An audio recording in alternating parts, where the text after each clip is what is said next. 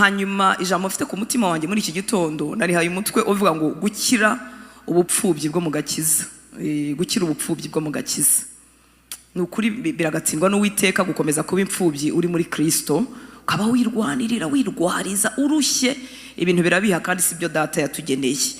Gukira rero imvune yo kwirwariza, gukira kwishakamo ibisubizo mu rugendo rwo kubaha Imana no gukorera Imana. Mu buzima busanzwe twatojwe, nunyumve bakundwa, mu buzima busanzwe bw'imibereho twatojwe kwishakamo ibisubizo, kandi kuko tukabibona ubu mubyishakamo mwiza ibintu bishyashya bitari bijyanye n'umuco wacu, bitari bijyanye n'imikorere yacu, mubyishakamo ibisubizo, kandi nyine murabibona natwe hari iwacu Rwanda turimo turagerageza kwishakamo ibisubizo. Gahunda ni gahunda, intore ntiganya, ishaka ibisubizo, tugenda duca inzira nyine ubuzima bugakunda. Ibyo nibyo bidukwiriye mu buzima, ariko mu buryo bwo kubaha Imana no kubana na Kristo nibyo data dusaba byose. Nta kintu na kimwe dusabwa kwirwarizamo, nta kintu na kimwe dusabwa kwishakamo igisubizo. Ahubwo iyo ubayeho wishakamo igisubizo mu by'Imana igushaka, ugira imvune zitarangira, ukagira umuruho utarangira. Mu buzima busanzwe ishakamo ibisubizo, ariko mu bigendanye n'iby'Imana idusaba, mu bigendanye n'urugendo rwo mu mwuka no kumenya ibya Kristo no kuzura umwuka wera no kumukorera no gusobanukirwa ijambo ry'Imana no kugira ubuntu bwo gusenga no kugira ubuntu bwo gukomeza gukizwa imyaka, tukaririmba yandirimba ari ubuzima atari amagambo. Wa mugani uriya mupapa, biriya bintu byose ntago biva mu kwirwariza. Oya, bifite aho biva kandi harizewe. Rero ndasaba Imana mu magambo make yandi buvuge ngo umwuka w'Imana gusange agukize ubupfubyi bwo Mugakiza. Buriya niba hari ikintu kibi kibaho, habaho ibibi byinshi ku isi, ariko kuba impfubyi ni bibi. Ntugira ugucyaha, ntugira ugukosora, ntugira ukugira ngo impore. Mbese wamburwa kuba umwana ukiri muto, ugatangira kuba umuntu mukuru, ugashakisha udufaranga, ukamenya utuntu tw'udukoryo n'utunyanga n'utuntu two kwirwana, ugateshwa guteta, ugateshwa ubuzima bw'ubwana. Kandi ibyo bintu tumaze gukura biradukurikirana bikadutera ibintu bihengamye mu buzima. Rero Mugakiza, icyo Yesu yakoze muri twebwe, nukuri ntifuza ko wabaho uri imfubyi muri uru rugendo. Yaduhaye umwuka wera yukabyara kugira ngo tudakomeza kuba imfubyi. Muri Yohana 14, reka mbere kuri Yohana 14:15 kugeza kuri 20, haravuga ngo, Yohana, ubutumwa bwiza bwanditswe na Yohana 14:15 kugeza kuri 20, haravuga ngo ni mu nkunda muzitondera amategeko yanjye, nanjye nzasaba data nawe azabaha undi mufasha wo kubana namwe ibihe byose. Ni mu nkunda muzitondera amategeko yanjye, nanjye nzasaba data nawe azabaha undi mufasha wo kubana namwe ibihe byose. Niwe mwuka w'ukuri, ntibishoboka ko ab'isi bamuhabwa kuko batamurora kandi batamuzi, ariko mwebweho muramuzi kuko abana namwe kandi azaba muri mwe. Sinzabasiga nk'imfubyi, ahubwo nzaza aho muri. Sinzabasiga nk'imfubyi, ahubwo nzaza aho muri. Version imwe y'Icyongereza yavuze ngo I will not leave you comfortless, I will come to you. Sinzabasiga muteraganywe, sinzabasiga nk'imfubyi, nzaza aho muri. Haleluya. Ngo hasigaye umwanya muto ab'isi ntibabe bakimbona, ariko mwebweho muzambona kuko ndiho namwe muzabaho. Uwo munsi ibyo bizaba, uwo munsi muzamenya ko ndi muri data, namwe mukaba muri nge, nanjye nkaba muri mwe. Uyu mwuka wera yaje mu buzima bwacu, iki gisobanuro kirasobanuka kigahinduka ubuzima. Ntikibe teori, ntikibe amakuru umuntu yiga, kigahinduka ubuzima. Haleluya. Impaka zimwe z'amadini zibaho, burya ntiwabasha kuzikemura kereka nyine umuntu yahawe ubwo buzima. Imana ishimwe cyane. Yesu yavuze ngo uwo munsi muzamenya ko njyewe Yesu ndi muri data. Haleluya. Ntibigarukiraho ngo hanyuma namwe mukaba muri nge, nanjye nkaba muri mwe. Haleluya. Iyo wamenye byuzuye bitemba ko uri muri Yesu na Yesu akaba muri wowe, byanze bikunze ubuzima burahinduka. Wakira ikiruhuko, wakira security ntazi ubwoko bwayo, wakira gutekana no kunyurwa n'amahoro isi idashobora kuguha. Imana ishimwe cyane. None yatangiye avuga ngo ni mu nkunda. Haleluya. Iyo rero hatangiye havuga ngo ni mu nkunda, uhita wumva bitangiye nko kugora. Nzamukunda gute ko numva ntamukunda bihagije? Ya wibwiza ukuri kavuga ko numva ntamukunda bihagije, ese imbaraga zo kumukunda nzazikura hehe? Biragenda bite? Muri make ugatangira kwisakamwo za mbaraga, ukumva ngira ngo n'uwo mwuka wera turimo tuvuga ukumva ntumufite, kuko hatangiye havuga ngo ni mu nkunda. Ariko mwibuke ko ikiganiro si hariya cyari gitangiriye, yararimo abibwira abantu bagendanye iminsi, abantu yabanje guha urukundo, abantu yatsindanye nabo, abantu bamubonye, abantu yahamagariye kugira ngo abagirire neza. Ese wari uzi ko nta bintu bya hatari burya Yesu yaguhamagariye ngo uzamukorere ibintu bya hatari, ngo ugiye kwicwa n'umuro? Oya, yaguhamagariye kugira ngo ubane nawe. Haleluya, uruhukire muri we. Hari igihe umuntu yicwa n'imiruho yo gushaka gukorera Yesu ibintu bya hatari. Ntabwo Yesu yaguhamagariye gukora ibintu bya hatari, yaraguhamagaye ngo abane nawe. Haleluya, ukiri ubupfubyi, ukiri imiruho, ukiri ibyaha, ukiri irimbukiro, ukire kuzaba kwa Satani, ukiri amaganya y'iyi si, uruhukire muri Yesu. Ndamushimira ko ataduhamagaye ibintu bya hatari, kuko iyo aduhamagaye ibintu bya hatari ntabwo twebwe twari kuzamo. Ubuntu bw'ubuswa bwari butwice ukapfira iriya gusa. Haleluya. Nubwo rero hatangiye hava ngo ni mu nkunda, muzitondera amategeko yanjye, ibyo ndabikunda, nkunda no kubyigisha, ariko nagira ngo mbwire ngo si ikiganiro cyari gitangiye. Ntabwo Yesu yagusaba kumukunda ataragusobanurira ngo aguhe urukundo rwe. Wamukundisha ugukuye hese? Ntabwo wabona. Haleluya. Ariko urukundo rwo rarugusukira, akarukuzuza. Kumukunda bikaba automatique, wosigara nta kindi ubereyeho. Ariko umuntu wagukunze agapfa ku bwawe, iyo ibyo bintu byakwinjiye bikava mu mutwe bikagera mu mutima, wabayeraho nde wundi? Wabaho ukora iki kindi? Imana ishimwe cyane. Haleluya. Ababigishwa rero Yesu yararimo abwira ngo ni mu nkunda, nongera nkubwire ngo sibwo bari bagihura, bari bamaranye nawe igihe. Imana ishimwe cyane. Reka turebe gatoya aho igice gihera kuri 14. Nongere nkubwire niyo mpamvu ukwiriye gusoma Bibiliya. Nubwo tujya kuvuga ngo aho igice gihera, n'ubundi si w'ikiganiro cyari gitangiriye. Buriya ugenda usoma utuntu tuturongo kamwe kamwe urahomba. Uzi ukuntu nahombye imyaka myinshi, ngakubita kamuri Yesu, ngakuramo ko muri Daniel, nkongera nkabizana mu isezerano rishya, nibinahure, ubundi ukabishyira muri context itariyo. Nubwo tuvuze ngo reka duhere ku gice cya 4, si ikiganiro cyari gitangiriye. Haleluya. Rero kandi byose nitwabyandikiwe. None ibyo twandikiwe jya ubifata bibi by'agaciro mu maso yawe. Uvuga uti ngiye kureba ibyo Yohana ariko yahishuriwe, uhere nyine aho Yohana atangirira. None se ugiye nkwandikiye ibaruwa wayihera hagati? Wavuga uti text ya mama Hortense yanyandikiye kuri WhatsApp ndayiheramo hagati? Ntabwo bishoboka. Uyihera hejuru kugira ngo wumve neza iyo nashaka kuvuga. Niba mfite agaciro mu buzima bwawe uzabyitaho, ujye wongera unabisubiremo. Imana ishimwe cyane. Hari igihe ngira umugisha nkabona nyine abantu bankunda, Imana yarakoze kubama, hanyuma namukora Vienne akavuga ati ye baba we ataka Vienne kawe karamembuye, ati ngiye kukabika neza nzajya nongera nkumve. Uwo ni umuntu ubuntu Hortense w'intege nke ushobora, ariko ntago azabivamo kubw'ubuntu bw'Imana, ariko wacogora, watembanwa, wahirima. None se urambwira ko ibintu Yesu yakubwiye uramutse umenye uwo Yesu ko kakuzura wabyumva gake? Wajya ubyumva, kongera ukabyumva, kongera ukabihanga amaso bikagukiza. Imana ishimwe cyane. Tugere rero kuri 14. Haravuga ngo nimuhagarike imitima, aho umurongo utangirira. Ngo nimuhagarike imitima yanyu, mwizere Imana nanjye munyizere. Tekereza umwigisha, umwami uwadupfiriye, ushaka ko abantu bamukurikira ariko agatangira kubaturisha. Nimuhagarike imitima. Azimpagarara zibinahangaha. Ariko kwisi yabimpagarara we. Hari umuntu wari uzi ko nagera n'ibintu by'ibibazo by'isi bizabirangiye? Kabisa. Ariko harangira bimwe, ibindi nabyo bikaba biratangiye. Ngo nimuhagarike imitima yanyu, mwizere Imana nanjye munyizere. Mu rugo rwa data harimo amazu menshi, iyo abadahari mbabwiye kuko ngiye kubategurira hanyu. Haleluya. Ngo kandi ubwo ngiye kubategurira hanyu nzagaruka mbajyane iwanjye, ngo aho ndi namwe muzabeyo, kandi aho njya inzira murayizi.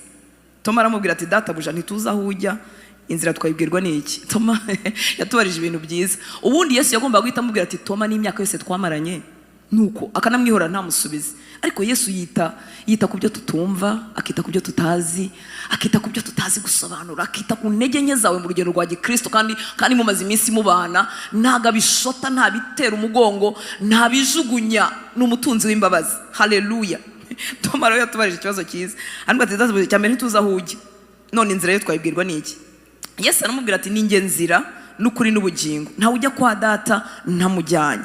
Muri make gukira ubu bupfubyi hari ukwemera gukurikira uwatubwiye ko ari inzira. Haleluya. Ibyo avuga ukitoza kubyumva buri munsi kenshi, kugeza igihe bihinduriye uko utekereza, kugeza igihe bihinduriye uko ubaho, hanyuma ukakira iki kiruhuko turimo tuvuga. Ngo ninjye nzira n'ukuri n'ubugingo, ntawe ujya kwa data ntamujyanye. Iyo aba mwaramenye, kandi aba bantu wibuka ko bari bamaranye iminsi, iyo aba mwaramenye muba mwaramenye na data, uhereye none muramuzi kandi mwamurebye. Haleluya. ukagira ngo se barumvise. Reka da. Filipo aramubwira ati databuja twereke data wa twese biraba bihagije. Iki kibazo cya Filipo ndagikunda kuko uba wumva ari nk'umuntu uhamije akavuga ati none mbajije icy'umwuka, ibya mbere nabajije iby'umubiri haraho nari ntabizi, mubaza ngo inzira ntituzi yujya n'inzira ntituyizi, ariko none Filipo ngira ngo yumvaga none amenye agiye mu mwuka. Aramubwira ati noneho rero twereke data wa twese, ubundi nta n'ibibazo ngewe Filipo nzongera kugira. Biraba birangiye. Yesu aramubaza ati yo Filipo nabanye namwe iminsi ingana ityo kandi ntiwari wamenya Filipo? Umbonye, haleluya, ababonye data. Niki gitumye uvuga uti twereke data wa twese? Umbonye, ubonye Kristo, ababonye data. Niwizeye yuko ndi muri data na data akaba muri nje? Amagambo mbabwira sinyavuga ku bwanjye, ahubwo data uguma muri nje niwe ukora imirimo ye. Nimunyizere mwemere ko ndi muri data na data akaba muri nje. Ariko rero nimutizezwa n'ibyo mvuga, munyizezwe n'imirimo nkora ubwayo. Haleluya. Kugira ngo ukire ubu bupfubyi nuko mu bigendanye n'ijambo ry'Imana no kumenya Yesu no kumukurikira no kumukorera no gukurikira ibyo adusaba, nuko wemera kuba umwana. Buriya umwana iyo wambwira ati baca ibumoso, ntabwo avuga ati se kuki tutagiye iburyo, kuki se yicira ibumoso bambi. Iyo umbwira uti babanza iki, nicyo akurikizaho. Imana ishimwe cyane. Umwana muto, hari abakuze baba batangiye kugira za question mark nyinshi, bati why. Ariko umwana muto umufata akaboko rimwe na rimwe ntakubaza aho mugiye, aragukurikira gusa. Kugira ngo turuhuke bakundwa turuhukire mu mwami tukiri n'ahangaha ku isi, nuko twemera kuba abana. Yababwiye ngo nimunyizere mwemere ko ndi muri data na data akaba muri nje. Ariko rero nimutizezwa n'ibyo mvuga, munyizezwe n'imirimo nkora ubwayo. Haleluya. Ijambo ry'Imana ni ubuzima, ntabwo ari amagambo asanzwe. Nimwizezwe n'ibyo mvuga. Turimo turavuga kuzura umwuka wera, turimo turavuga gukira ubupfubyi, turimo turavuga kumurika, kuba umudugudu uri hejuru rwose abandi bantu bareberaho, turimo turavuga ibyo byose. Ariko izo mbaraga n'ubwo buzima bizava mu kwizera amagambo ya Yesu. Kandi ikintu kugira ngo ukizere kiguhindukire ubuzima nuko ubugitinzemo, ugihozaho amaso, utagikuraho amaso. Haleluya. Hanyuma guhamagara kwa Yesu ashaka be gushingiye mu busabane. Ntabwo yaguhamagariye kugira ngo uzakore ibintu byahatari mu isi. Yaraguhamagaye ngo musabane, hanyuma nimumara gusabana ibyo ashaka bizaba automatique muri wowe, bizikorera muri wowe, ntibizaba bikivunanye. Haleluya. Yaguhamagariye kubana nawe mbere yuko utumwa, mbere yuko ujya gukora ibitangaza mu isi, mbere yuko ujya gukora ibintu byahatari, yaguhamagariye kubana nawe ngo ubanze uruhuke. Haleluya. Ubanze ukire ubupfubyi, ubanze ukire imiruho y'iyi si, ubanze ukire imvune z'umutima, kuko nibwo uzamukorera ugakomeza ukamukorera ukazaninda ujya mu ijuru utaracogora, kuko wakiriye ikiruhuko cyuzuye. Hari igihe tubicurika tukabanza gukora tutararuhuka, nuko tugacoka, tugapfa nabi, tukabihirwa, tukakomeretsa abantu, tukabamara. Haleluya. Ntago nukuri yaguhamagaye ngo wicwe no mu ruhu. Imana ishimwe cyane. Amen. Niba mu kumukurikira no kumukorera ufitemo mu ruho hari ikintu kitagenze neza, hari ikintu kitari cyo, hari ikintu kitameze neza, niyo mpamvu duko dukwiye gusenga ngo dusabe umwuka wera atwereke ikintu cyaba kitameze neza, cyangwa ko dukurikira ijambo rye turebe ikintu cyaba gifite ikibazo. Haleluya. Kuko yaratubwiye ngo kumukorera ntago biruhije, ngo n'umutwaro we ntabwo uremereye. Nkundi ijambo bakoresha mu Gifaransa baravuga ngo urireje kandi uri du ni ibintu byenda kumera nk'amapamba bitajombana, byiza waryama mukicara. Yesu undi watubwiye ngo tumukurikire kugeza mu rupfu, wa wundi watubwiye ngo niba dushaka kuba bigishwa be tugomba kuba tumukunda cyane kuruta uko dukunda abagabo bacu n'abana bacu nduko twikunda ubwacu. Ubundi ayo magambo araremereye, ariko rangije aratubwira ngo kumukorera ntabwo biruhije. Haleluya. N'umutwaro we urorohereye. Niba rero ndemerewe mu rugendo, niba urugendo rutaryoshye, hari ikintu cyapfuye ahantu, kandi umwuka wera arahari kugira ngo adukosorere. Haleluya. Haleluya. Imana ishimwe cyane. Muri Mariko 6:30 kugeza kuri 31. Umve Yesu mwiza. Cyama Pentecote kakubera ikiruhuko. Kikakubera ikiruhuko. Kuko hano ku isi uracyafite iminsi. Kuyiba mutaruhutse nicyo gihombo cya mbere kibaho. Kandi uri muri Kristo. Ibi bipe. Mariko 6:33-31 ngo nuko intumwa ziteraniraho Yesu ari zimubwira ibyo zakoze byose n'ibyo zigishije. Uzi kuza kubwira wagutumye kuno ibintu byagenze neza, twirukanya amadayimoni, ibintu bimeze neza, twavuze ubutumwa, imidugudu yakijijwe. Ubundi hari igihe tuba twibwira ko ibyo bintu ari byo bintu byahatari bya impression. Nta kintu wakora ngo cye impression Imana.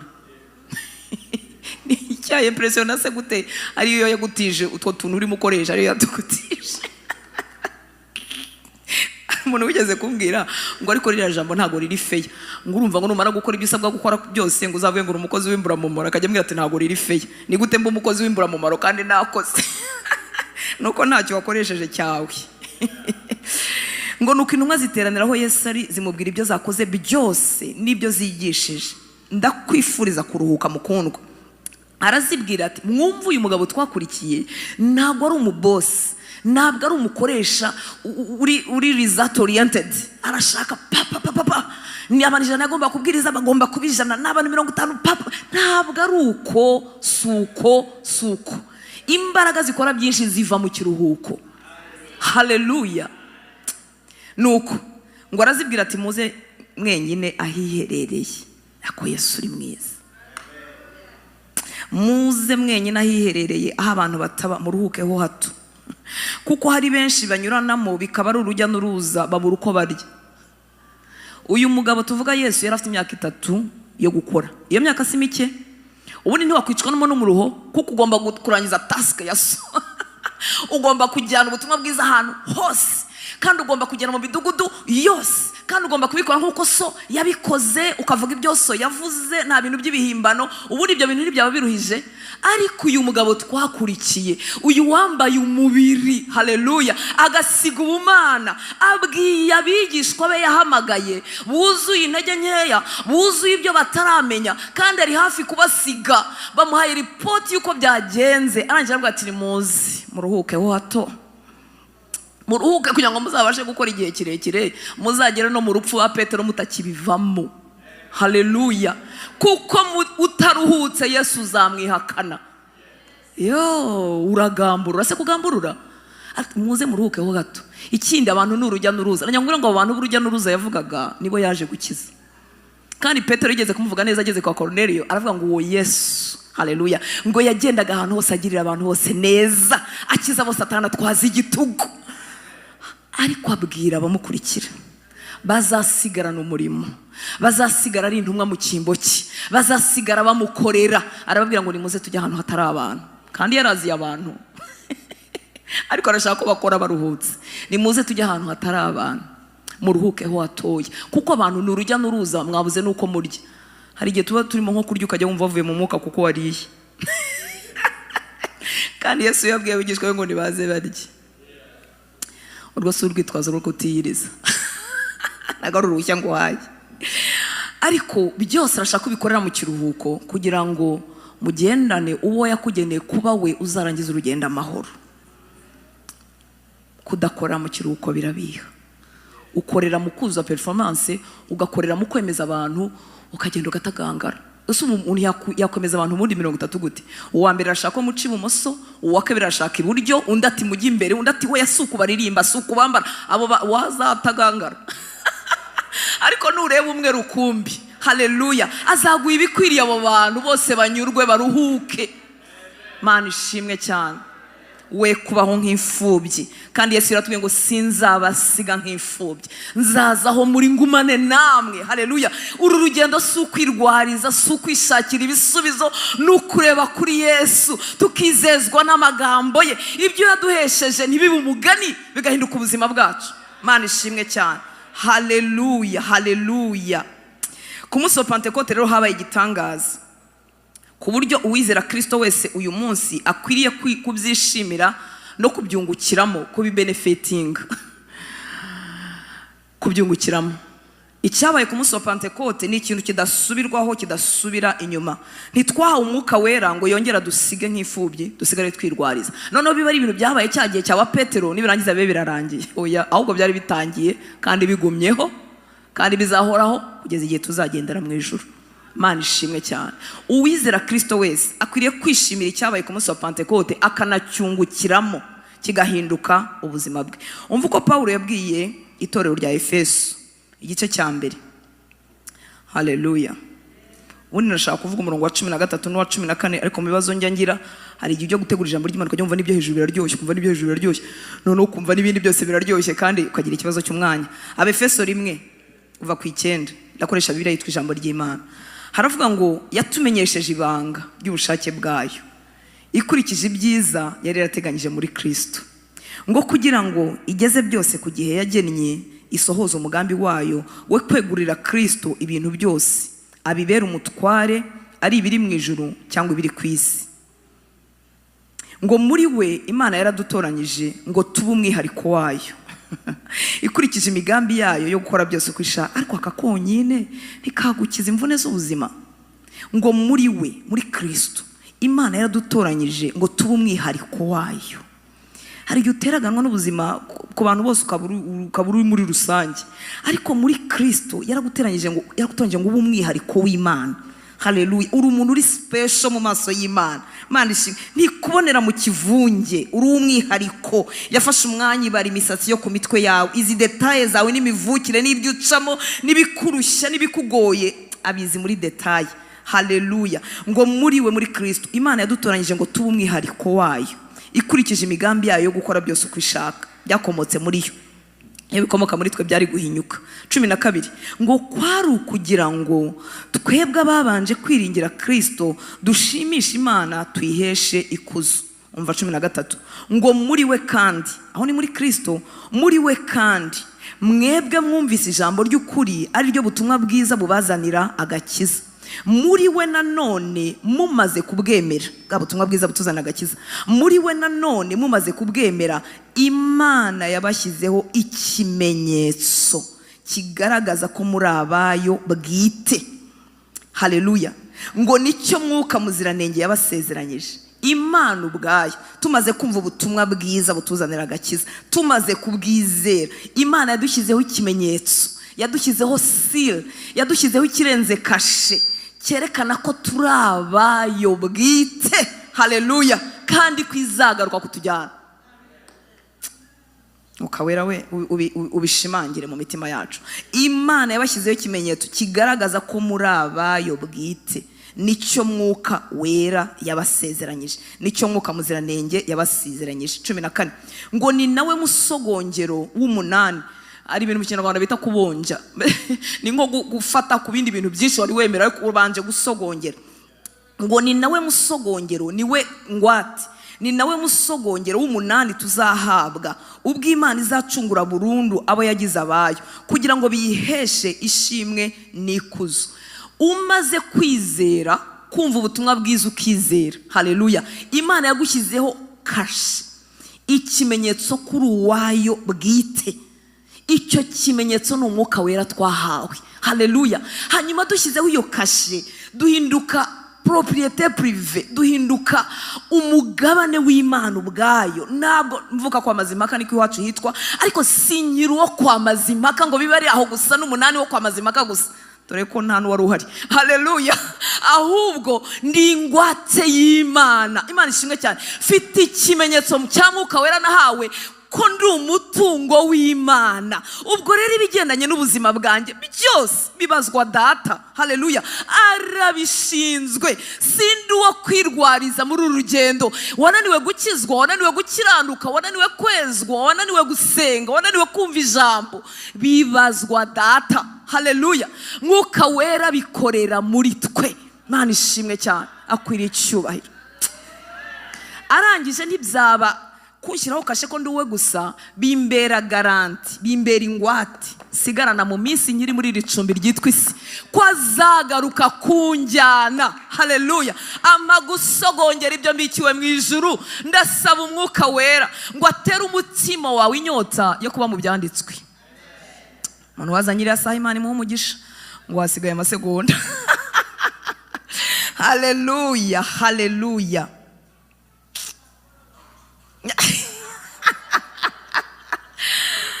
Imana ishimwe. Umwuka Wera ibintu akora muri twebwe nta muntu wabivuga ngo abirangize.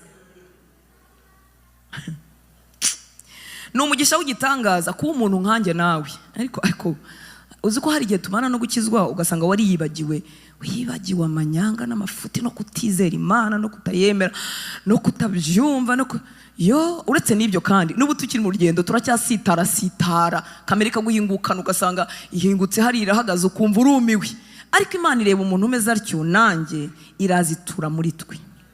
Imana pastor yasenga ngo nifite ahantu kwirwa niko bimeze, ariko iraza impindura ubutu njyewe rutanze wowe irazi guhindura ubuturo bwayo. Buriya bizera n'ibitangaza bigenda mu isi, gusa twicwa no nyine no kutabimenya, kuko ijambo ry'Imana twanze kuritindamo ntitubimenya, cyangwa ko umwanza tunyaga agashyira amaso yacu kubitagira umumaro. Ariko Imana mu bumana yemera gutura muri njye kugira ngo nkire ubupfubyi no kwirwariza, kugira ngo nkire imiruho y'isi. Ariko iyi si ukuntu igira imiruho, none hari igihe umuntu atanuhira no mwisi, aruhira no mu murimo w'Imana, akaruhira no Mugakiza, ugasanga agakiza karamubihiye, afitanye n'Imana ibibazo. Imana ishimwe cyane. Mwuka Wera rero azana ubumana butura muri twebwe. Iyo ageze muri twe niwe udushyiramo icyemezo kitanyeganyega ko turi abantu ba Kristo. Ni ibintu ukangutse uvuye mu bitotsi wapfushije cyangwa urwaye cyangwa byagenze neza, ni ibintu ni igitsikamutima umuntu abazi neza ko ari uwa Kristo, ko impanda ivuze yataha, ko aramutse apfuye asitaye agapfa cyangwa impanuka ikaza yataha. Ni ibintu Umwuka Wera akora muri twe tukaba tutagibishidikanyaho. Nagira ngo ngire ko yabiguha, niba ujya unyuza mukavuga ese nzajya mu ijuru, ese sinzajyayo, ese narakijijwe, se nagira ngo ngire ko iryo banga no kubishimangira mu mutima ribitswe mu Mwuka Wera, kandi nutinda mu bye rwose bizakuzura. Haleluya. Ashyira muri twebwe ibihamya, assurance, ibyiringiro, ikintu cya conviction kiri deep no kwemezwa kuri uw'Imana. Haleluya. Kandi ntago abikora inyuma gusa, Mwuka Wera akoramo imbere agakora n'inyuma. Ibimenyetso by'uko yahageze bigatangira kugaragara, kamere y'urutansi igatangira gupfa, urukundo rw'ibyisi rugatangira gupfa, papasi y'ubuzima igahinduka. Nta muntu wakumara mu rukundo rw'ibyisi na zambisiyo tuba dufite, ariko Mwuka Wera arahagera, papasi y'ubuzima igahinduka, ukaberaho Kristo. Haleluya. Kandi si cyo wari ubereyeho. Imana ishimwe cyane. Iyo nari imbere y'ibintu bya feke cyane, ngo nashaka kuza mu Hortense dollar mu rugendo rakavari, ngaho nyumvira nawe izo nzozi. Okay, wenda wowe washaka kuba pilote bipfa kwisumbura, ariko najya ngwire ko ari bigufi cyane, nabyo ni bigufi cyane. Hanyuma Umwuka Wera yagera muri twebwe agahindura papasi y'ubuzima, ni mwuka ukaberaho Kristo. Umuntu utarabisobanura yakureba akajya avuga atari ngira ngo ufite ikibazo, hako ufite ikihe kibazo? Si ibyo bintu ngaho wasaze, ngaho wasakuze, ngaho abahoze batinya nka ba Petero, papasi y'ubuzima igahinduka, bakaberaho guhamya Kristo, bakagera mu rupfu. Hanyuma hari igihe umuntu agira umugisha, yakizwa gihura n'ubutumwa bwiza, iyo nyota y'ibya Kristo ikaza ikaba nyinshi muri we, koko impinduka z'icyerekezo cy'ubuzima zigahinduka, n'icyabero bigahinduka. Ariko hari igihe bitagenda bityo. Ndashaka gukomeza umuntu wahuye n'ubutumwa bwiza ariko ntibite bigenda bityo, kajya wumva nta kintu cyahindutse, n'inyota ntiyaje. Abo nabo ntabwo Imana itujugunya. Hari ahantu Yesu yavuze ngo bizezwe n'ibyo ababwira. Ongera urya amagambo y'Imana, utinde mu ijambo ry'Imana rizima. Ibyo Mwuka Wera akora bizagenda byuzurira muri wowe, ukire ubupfubyi bwo Mugakiza. Ntabwo dukira ubupfubyi bwo Mugakiza, dukira n'ubupfubyi bw'inyuma mu mubiri. Ntabwo nibuka ko ntagira ngo mama, ntabwo nibuka, nta gaciro bigifite. Yesu avura imvune z'ubuzima, Mana yanjye, avura ibyago bya kera, akavura n'ibya none waba ugihagazemo. Data, tuguhaye icyubahiro, urakoze ko watubwiye ngo ntabwo uzadusiga twenyine, ntuzadusiga nk'imfubyi, uzaza aho uri, aho turi, ube muri twe. Ubumana bwawe buture mu mwana w'umuntu w'intege nke, umwana w'umuntu urwara, umwana w'umuntu upfa, umwana w'umuntu wambaye umubiri wavuye mu gitaka, ariko uzana ubumana bwawe, uduhindura ubuturo bwawe. Reka Umwuka wawe Wera yuzurire muri twe. Ntitujye gusenga uri Imana ya kure, ntitujye gusenga uri Imana durinda guca mu muntu runaka. Uri Imana yaje itura mu buzima bw'abakwizera, uduha ibihamya byo mu ijuru. Turasenze ngo ibyo bihamya ubiha abahungu n'aba bakobwa, kandi abo wabihaye ubakomereze kwigira imbere muri wowe. urakoze kudukiza ubupfubyi. Mwuka wera ntabwo ukiza umwuka ngo tuzaruke tugeze mu ijuru gusa. Uraza ukavura ibyapfuye mu bugingo, uraza ukavura imibiri. Turasenze ngo umurimo wawe nanone muri iki gicamunsi ukoreke mu buzima bw'abahungu n'abakobwa, uvura imyuka itakuzi, itakwizera, itarakumenye, iri mu kigare kitanaryoshye, giseka kiri mu rusengero, kikarira kiri mu rugo cyonyine. Mwami w'abami, uvura aho hantu hose, ubumana bwawe bwuzurire muri twebwe, mu bugingo hakire.